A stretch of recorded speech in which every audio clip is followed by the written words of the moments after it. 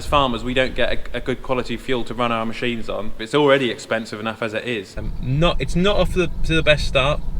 Hi everyone, welcome back to the channel. So today we're going to talk about fuel problems we've been having recently on the farm. As I'm sure you'll have remembered from a video we did a couple of weeks ago, when we were driving with the John Deere, we had some problems with the fuel filters which came up on the screen, and consequently it's meant that we've had to buy a new set of filters for the John Deere, and we actually got the invoice in this morning, and it was just over £150 to get those filters changed. So that's quite a big cost, which is going to be incurred on the farm every so often when we have these fuel filter problems. And we never used to have them on the older tractors, but for some reason from the 6930 to the newer John Deere 6155R, we've had numerous fuel filter problems. It's actually proving with the newer tractors to be a little bit more expensive to run them, just because the way they operate with the fuel is slightly different. So this is our farm's what would be considered in the agricultural world as quite a small fuel tank. It's just a 2,500 litre BFS tank, which is a bunded plastic tank,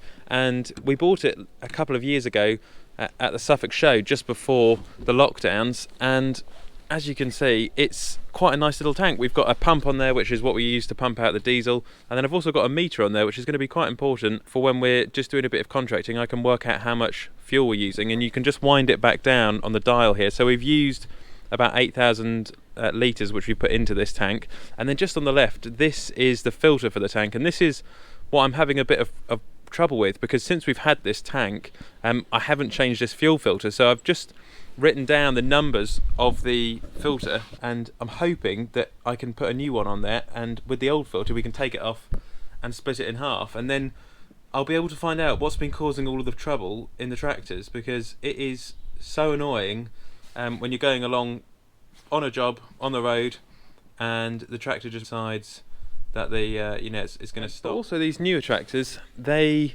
have a slightly different fuel filter system on them. The fuel has to be filtered down to a finer amount of microns, which is quite difficult to achieve. So this is the front filter, which at the moment we can see at the bottom is quite clean. But these new tractors, they are full of equipment and technology on them now, and they require very clean fuel, I'm finding.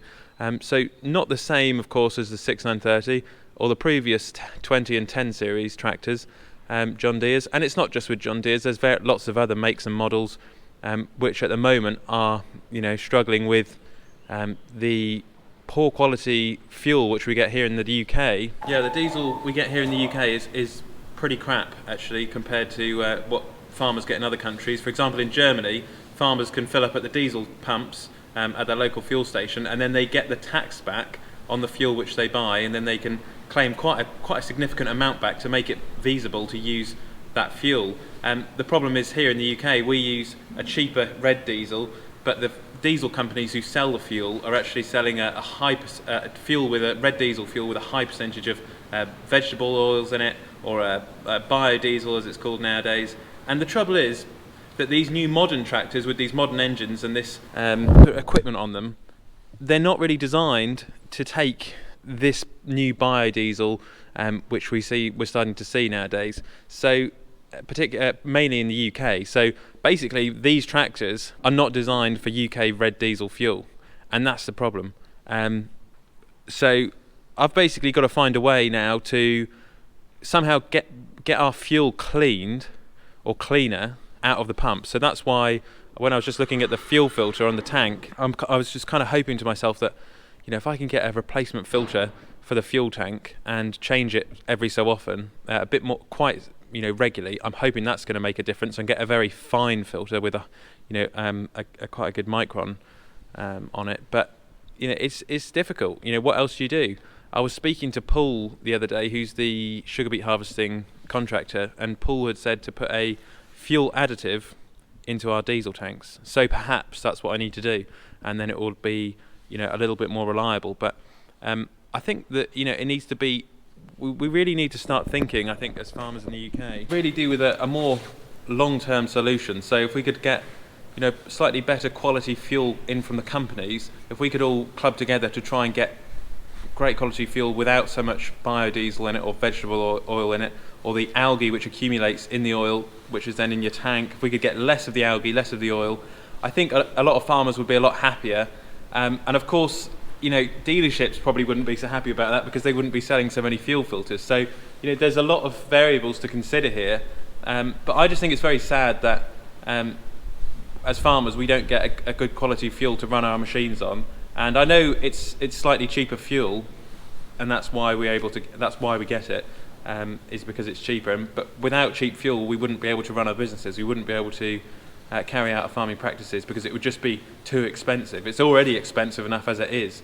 So, you know, it's an issue which I think needs to be addressed, and it hasn't really been addressed properly, and nothing seems to be, you know, getting done about it. Something else which I've found does make quite a big difference is when you run the tractor on a higher fuel tank. If the tank's always full to the brim, the tractor's generally okay, the filter's all right. But if the fuel goes low all the way to the bottom, if you're on an empty tank and if you run it empty for too long, that's as well, I've noticed it seems to suck up a lot more of the crud and dirt out of the bottom of the tank, and that's when you can also get problems with the fuel filters, such as the vegetable oil and all the rubbish in our red diesel here in the UK. So I try and keep her topped up if I can. Something else as well, which I was thinking of doing this year as a treat for this tractor, was on this exhaust. The standard one has, you know, started to get a bit battered, and I did see the other day a chrome option you can get. So I might pick up a second-hand chrome one or a reasonably priced one and put a chrome exhaust on here, because why not look after the tractor? And yeah, she has been beaten up quite a bit. And yep, a quick crop update. Here we are in this field's called Stackyard field. It's got spring barley on it, and the spring barley it's not had a great start this year. It's been pretty poor weather-wise. It's been very cold. Usually in the day about 3 to 4 Celsius, and then in the evenings we've been having frosts, although recently we haven't had so many frosts, which is a good sign. Although it has you know, it's still pretty cold. There's a real chill to the wind here over these last couple of months, and the biggest problem is we haven't had any rain either. It hasn't rained hardly at all in April. We're now in May the 3rd, and it's just started to flicker it down today, so I think we've got some rain coming in for the rest of this week, and certainly by next week it looks like we've got a bit of rain as well. So it's going to start raining. God suddenly decided that we need some rain in May, but we haven't got the warm weather yet. So is it global warming? I don't know. I mean, we are in the 3rd of May and it still feels like winter. I don't know if anybody else feels like that here in the UK, but it's still too cold, really. We don't really get much of a summer here in the UK, really, compared to other parts of the world. So I suppose we should be grateful for, you know, if we even do get a summer. But it would be nice to see some heat now into this crop, a bit of warmth to get it going. You know, it's had its preams, it's had its nitrogen. Yeah, so it's also had the NP and K, so there's nothing stopping it now from really getting going and shooting out. There's also, as well, due to the cold weather, a blue purpley tinge on the edge of the leaves, and that's because the plants are starting to just get stressed from the cold weather. And then just coming out into the field here where we've got the gallops going in at the moment, this is our second field of spring barley here, which isn't looking anywhere near as good as the other field. I'm sure you can see why I've bought a new coat, because on this farm, although we're in Norfolk, it's fairly hilly around this area, and we do get the Siberian wind which comes over from that way, from Great Yarmouth. So even with my normal farm jacket on, my t-shirt, it's still freezing on this farm. So I invested in this decent jacket. Now this is the fodder boot which we put in, and it's only just started to come up out of the ground. I don't know if we'll be able to pick some up on camera. Please, can we find one? There's one!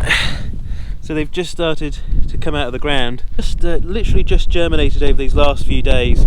So we'll keep an eye on them. And you can see there is a bit of moisture there underneath the sun. We did have some rain yesterday actually, so that's what that will be, and that's really going to help this crop along actually, and also the barley as well. So it's not the end of the world, but also it's not the best start to the year either.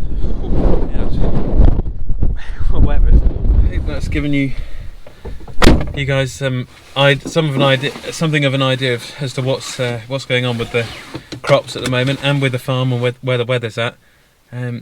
We've got some rain coming. That's going to get the barley going, and it's also going to get the fodder beet away as well. and I'm going to put an order on this afternoon for that fuel filter, which I was talking to you guys about earlier, for the fuel tank, so that we can finally address that problem. Also as well, what's been happening recently over the last couple of weeks is I've secured my first sort of big contract really for the tractor. We're going to be working this harvest with the tractor and trailer, transporting some grain, which will be quite good. So we're doing some corn carting. And then I've also secured another contract, which isn't really a tractor driving contract as such, but it's going to be for basically a services contract, if that makes sense. So we're going to be able to have some exclusive access to something in the UK which is based around agriculture, based around farming, and I'm really looking forward to sharing it with you. So write down the 17th of May in your diaries, and that's when it's all going to be revealed for that. And then there's also the update on the 135, which is currently being split apart into pieces. So we're going to cover that on the 17th as well. So we've got the 135 update, and then we've also got the agricultural event reveal, which I'm really looking forward to. That's something I've worked quite hard for. So keep an eye out for all of that content, and also as well keep an eye out for some upcoming content later on this week. We've got a lovely blue tractor coming to the farm very soon again. So thank you very much for watching today's video. I'm now going to go and have a cup of coffee because I'm frozen, and order these fuel filters and try and come to some sort of an arrangement with and see if I can fix all these fuel problems on the farm. So thank you very much for watching today's video, and I'll catch you on the next one.